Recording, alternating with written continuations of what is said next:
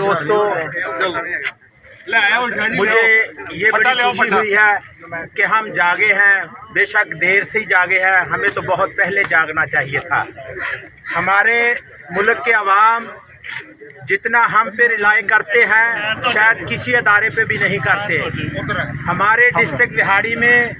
آج تک جو جوڈیشل مرڈر ہوئے ہیں، جو ماورائے قانون قتل ہوئے ہیں، اس پہ ہمارے سیشن جج صاحب بھی خاموش رہے، ہماری قیادت بھی خاموش رہی، جو ہمارے لیے باعث شرم کے علاوہ کوئی بات نہیں ہے۔ ہم نے انشاءاللہ العزیز عزم کر لیا ہے، جن لوگوں کے ناجائز بیٹے مارے گئے ہیں انہوں نے ہم سے رابطہ کیا ہے،